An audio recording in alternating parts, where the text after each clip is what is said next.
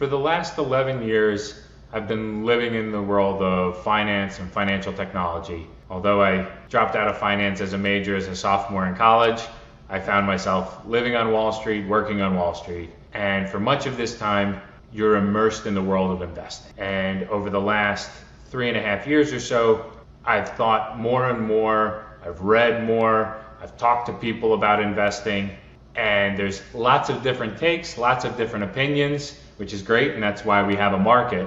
Yet, one of the fundamental beliefs that you see across the board is the need to invest in yourself. So, from a personal development perspective, I think there are some incredible tools and resources that are available to us.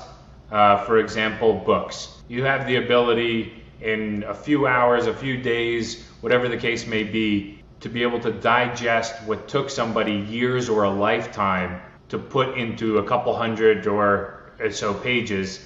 And the one regret that I have there is not reading more and reading more often. And people will say, oh, I don't have the time to read that much. Well, Bill Gates, and he was CEO of Microsoft, Warren Buffett is one of the richest men alive, they spend a majority of their time reading. If they can make time for reading, I think we can make time for reading. Next is podcasts. So depending on how you like to consume information, you can read it in a book, or you could hear it, or you could listen to an audiobook.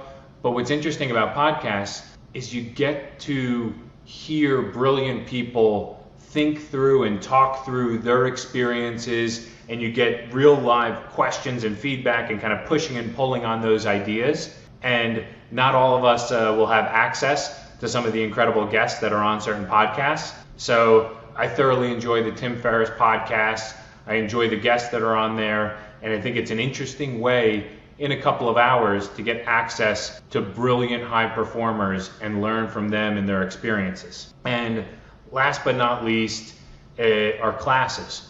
So finished college and kind of thought, okay, that's the end of taking classes. I'm moving into the real world. Yet in the last 6 months or so, I actually took a performative speaking class by Robbie Crabtree and kind of took the leap. I wasn't sure if I wanted to do it, but posting these videos, speaking on a regular basis, spending time being thoughtful, honing your craft, and becoming a better speaker is an incredibly valuable tool that we use every single day.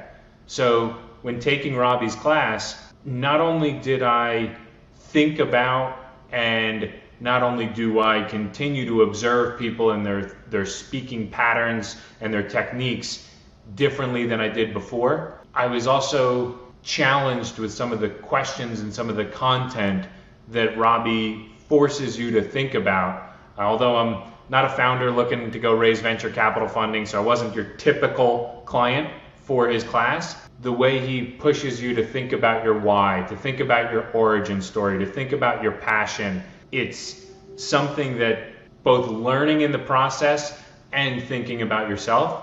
So I think if we can look at tools to improve ourselves, invest in ourselves, whether it's through learning, whether through mental, physical health, whether it's daily routines and habits, I very much value investing in myself. And I'd love to hear what you guys think. What tools, what techniques, what tips and tricks, what classes, what books, what podcasts, what are you guys listening to improve and invest in yourself? I'd love to hear, and I'd looking forward to digging in.